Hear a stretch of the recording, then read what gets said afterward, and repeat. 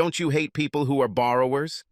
I don't mean the guy who borrows $10 that he may or may not pay back, or the housewife who runs to her neighbor for a cup of sugar. I mean the guy who borrows your hammer and doesn't return it. So when you need it, you must track it down and pick it up. And you can't use your lawnmower because he borrowed it, and when you went and picked it up, it ran out of gas. This is George. He's a pretty nice guy. Quite handsome, at least that's what the women say. Quite smart and has great charm. It's that damn charm that allows him to borrow things from everyone instead of buying them himself. Speaking personally, I'm fed up with George and his borrowings. As a neighbor and one of his main victims, I was invited to a barbecue George was hosting one evening. The main reason I went was to make sure he would return my BBQ at the end of the evening. He is just as likely to lend it to someone else as to return it. I didn't currently have a girlfriend, but at the barbecue it didn't really matter. Men gathered in one area and women in another, and rarely did the two categories meet. A public event like this was also one of the few times we got to see Jennifer, George's wife. George says she is shy and doesn't like to go out often. I even suspected that she was someone else's wife, whom he borrowed and forgot to return. Jokes aside, I've met her before, but only for a minute or two. The only thing I knew about her was that she had an amazing figure. At any rate, George was lucky in this area. The evening continued. Wandering around the edge of the crowd, I accidentally bumped into Jennifer, who was left all alone for a short time. I said hello to her, and then I had to remind her who I was. Not very flattering for my vanity. I managed to get her to talk, and it was hard work. After a while, it began to dawn on me that Jennifer wasn't so much shy as she was just rather stupid. It seemed like every opinion she had was voiced by George. I persuaded her to walk around the yard with me, pointing out that I was a neighbor and that we should get to know each other better. At one point, I accidentally mentioned that the barbecue George was using was mine.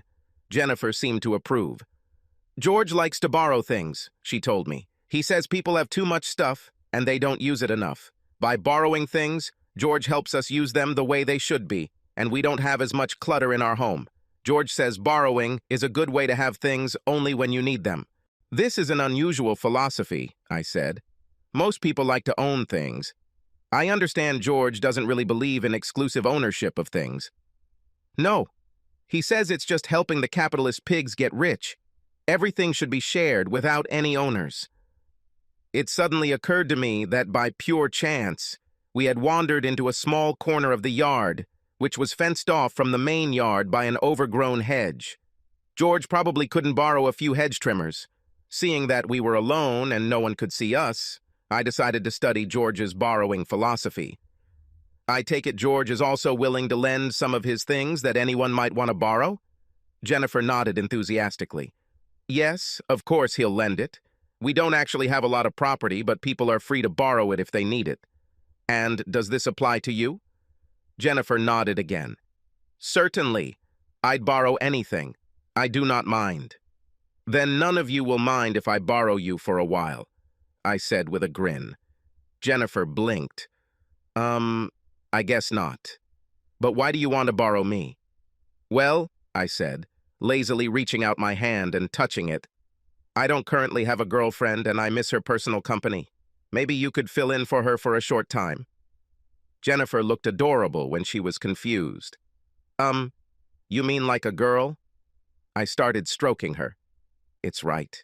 You feel good about my touch, and I would really like to touch you a little more. Didn't George ever lend you to a friend? Jennifer shook her head, puzzled by the idea. Then her face brightened. Oh, I know what you mean. George sometimes courts Sally Hartwood when her husband is out of town. You mean something like that. George and Sally, it was interesting. Yes, something like that, I agreed. Jennifer smiled as she completed the puzzle. Then her face fell again. I don't really have time to go to your house and help you, she said sadly. George likes it when I stay home. It doesn't matter, I consoled her.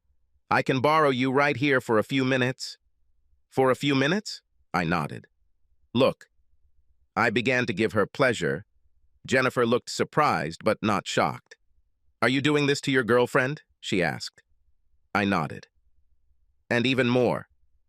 We made love. After the incident, we returned to the barbecue. We were standing at the edge of the crowd again when George approached. I nodded to him. "Just borrow your wife for a few minutes," I told him. He nodded. "No problem," he said. "I always borrow something myself." I nodded in agreement, and he continued his walk. Please like and subscribe to the channel, and you will never be cheated on.